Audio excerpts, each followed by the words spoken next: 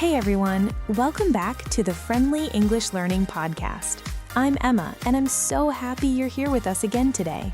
And I'm Noah. Before we jump into today's conversation, we have a super important favor to ask you. Yes, if you're enjoying the podcast and learning with us, please subscribe, leave a like, and comment. It really helps the channel grow, and it tells the platform that our content is useful for English learners. Exactly. Your engagement is what keeps this project alive and helps more people around the world find our episodes. So thank you so much for doing that. All right. Today, we're talking about one of everyone's favorite topics, weekends. Our real weekends, our dream weekends, and those funny little moments that always happen when you think you're going to rest, but life decides otherwise. Oh yes, weekends always look perfect in your mind, but reality has a very different sense of humor. So let's start with something simple. How was your weekend, Noah? Well, my weekend was supposed to be relaxing. I had this perfect plan in my head: wake up late, make pancakes, maybe watch a movie. You know, the classic lazy weekend. And I already know that if you start with supposed to, something definitely went wrong. Oh, completely. First, my neighbor decided to do, construction, drilling at 7:30 in the morning on a Saturday. Who even has that kind of energy on a weekend? That should be illegal. Weekend mornings should be protected by international law. Exactly. And then, when I finally got up, I realized I had no coffee left. No coffee. No weekend. Yeah, that's the moment when you question every decision you've ever made. So I walked to the cafe, half awake, and I think I scared the barista. But at least the coffee brought me back to life. Okay, but tell me, did you at least get your movie moment? I tried. I turned on the TV and instantly fell asleep. Woke up 2 hours later, still holding the remote. So basically your weekend turned into one long nap. Pretty much. Not the weekend I planned, but honestly, maybe the weekend I needed. That's the magic of weekends. You think you're going to do a lot, but your body says, no, today we rest. All right, Emma. Now it's your turn. How was your weekend? Mine was surprisingly productive, actually, but not on purpose. It just happened. Wait, you had a productive weekend by accident? Yes, I woke up on Saturday thinking, okay, I'll clean one little drawer, just one. You know, something small, simple, nothing dramatic. I'm feeling the plot twist already. And suddenly it turned into a full house mission. Closets, shelves, the fridge. I even organized my digital files, like photos from 5 years ago. That's not cleaning. That's an emotional journey. Exactly. I found things I didn't even remember I owned. At one point I thought, should I call a museum? Maybe this is ancient. So your weekend was basically accidental productivity plus archaeological discoveries. Pretty much, but I have to admit, it felt amazing afterward. There's something about starting the week with everything in order. Your mind just feels lighter. Oh, definitely. A clean space is like a soft reset button for your brain. You know what I've noticed? Weekends have this magical way of looking perfect in your imagination. Oh yes, in your head you have this beautiful list. Sleep well, eat well, go out, relax, maybe read a book. But then reality walks in and says, nope, we're doing something totally different today. Exactly. Like you plan to wake up slowly with sunshine coming through the window, but instead you wake up because your phone fell off the nightstand. Or because someone texts you at 6 a.m. asking if you've seen their charger. And then there's the classic, I'll cook something healthy this weekend, but somehow you end up eating something fried, cheesy, or delivered. Oh, absolutely. Weekends can turn even the healthiest person into a snack philosopher. And that's when you start telling yourself things like, it's the weekend, calories don't count today.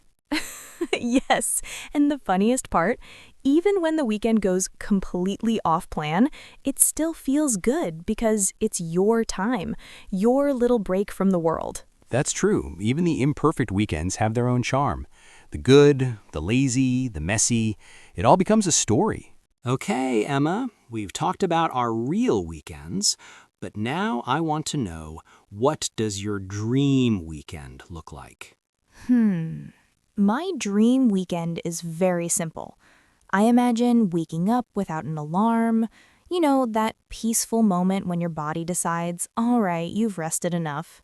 Already sounds perfect. Then I'd make a big breakfast. Pancakes, fruit, good coffee. And after that, I'd spend the morning outside. Maybe a walk in a quiet park or a visit to a small cafe. Nothing complicated, just slow and peaceful. So your dream weekend is basically peace, food, and nature. Exactly. And in the afternoon, I'd love to read a little, listen to music, maybe cook something new. Oh, and absolutely no responsibilities. No cleaning, no emails, no chores. Now that's the real fantasy. Right? And what about you, Noah? What's your dream weekend? Mine changes depending on my mood. Sometimes I want total rest, sleeping, staying home, watching movies. But other times I want adventure, like taking a small day trip, discovering a new cafe, going to a museum, something that makes the weekend feel special. Ah, you're one of those weekend explorer people. Only when I have energy. Otherwise, I'm a weekend hibernation person. Perfect balance. One weekend you're a tourist, and the next weekend you're a blanket. Exactly. That's the beauty of weekends. They can be anything you need. You know what else is funny about weekends? Everyone has these little rituals or habits they repeat every single time, even when they pretend they don't. Oh, yes, the weekend traditions. Some people wake up early to go running. Others wake up early just to say, nope, I'm going back to sleep. I know people like that. And some have a special weekend meal, like a specific breakfast or dessert they only allow themselves on Saturdays. Right. For me, I always have this moment on Sunday evening when I suddenly decide I should organize my life. And then I open a notebook and write a list of like 30 goals. And how many of those goals survive the week? Statistically, maybe 1, sometimes 0. But the energy I have on Sunday evening, unstoppable. I think everyone does that. There's something about Sunday nights that makes you believe you're about to become a new person on Monday. Exactly. It's like the weekend gives you this little boost of hope. And that's what I love about weekends. Even when nothing extraordinary happens, you still get this feeling that you can reset a little, rest a little, start fresh. Yeah, weekends aren't long, but they're powerful. There's something else I really love about weekends. The small things. Not the big plans, not the big events, just those tiny moments that feel cozy and special. Oh, absolutely. Like drinking your coffee slowly instead of rushing out the door. Yes, or sitting by the window and just watching the world move for a few minutes. Something we never do during the week. Or that feeling when you put on comfy clothes, the weekend uniform. Yes, sweatpants, hoodies, socks that don't match, pure freedom. And you know what else? Weekend breakfasts always taste better. It's like the same food becomes magical just because it's Saturday. Exactly. Even simple things feel more special, like lighting a candle, listening to music, taking a longer shower. Or having time to cook something new without watching the clock. Those little moments are my favorite. They're small, but they recharge you. Yeah, they remind you that life isn't only about schedules and responsibilities. Sometimes it's just about being present. That's the heart of the weekend, a tiny pause in the middle of everything. You know what every weekend has? A list of plans that never actually happen. Oh yes, the famous weekend to-do list, full of dreams, zero execution. Exactly. Every Friday night, I tell myself, this weekend I'm going to clean the car, organize my closet, read 2 chapters of a book, and maybe learn a new recipe. And then Sunday evening arrives and you realize you did none of that. 0. I did 0. But somehow I still feel productive. Because resting is productive. But yes, I know that list so well. Last weekend, I wrote, do laundry, organize files, fix a drawer, water the plants. Guess how many I did? One? Half of one. I watered one plant. The chosen one. Exactly. The others had to wait for their moment. But that's the weekend magic. You want to do everything, but you also want to do nothing. And honestly, sometimes doing nothing wins. Always. Doing nothing is undefeated. You know what every weekend has in common, no matter who you are? I already know where you're going with this. Sunday night. Exactly. That moment when time suddenly goes faster, like someone pressed the fast forward button. Yes. 1 minute it's 4 p.m. and you're relaxing, and the next minute it's 9:30 p.m. and you're questioning your entire existence. And you start thinking, did I really use my weekend well? Did I rest enough? Why is Monday already here? And then comes the classic Sunday night routine, checking your schedule, preparing your bag, planning your clothes, Promising yourself that next weekend you'll be more organized. which is the biggest lie humans tell themselves. Absolutely. But still, I kind of like Sunday nights. Really? Why? Because even though they feel short and a little dramatic, they also have this calm energy. The world slows down. People get quiet. It's like a soft landing before the week starts again. That's actually true. Sunday nights feel like the closing chapter of a book. You finish one story and get ready to open a new one.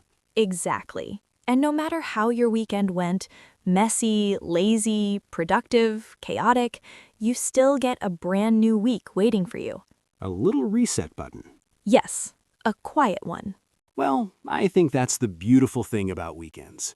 They're short, imperfect, sometimes chaotic, but they always give us a moment to breathe. They're like a tiny pause between chapters, a little space to rest, reset, and enjoy the small things. And no matter what your weekend looks like, busy, quiet, lazy, or full of plans, we hope you got at least one moment that made you smile. And we're really happy you spent a little bit of your time with us today. It means a lot. Before we say goodbye, we have one last favor to ask. Yes, if you enjoyed today's episode, please subscribe, leave a like, and comment. It may seem small, but it truly makes a big difference for our podcast. Exactly. Every like, every comment, every subscription helps our content reach more English learners around the world. It supports the project, keeps it growing, and helps us continue creating episodes like this one. So thank you, really, for being here, for listening, and for supporting our little community. We appreciate you more than you know. Have a great week ahead. And an even better weekend when it arrives.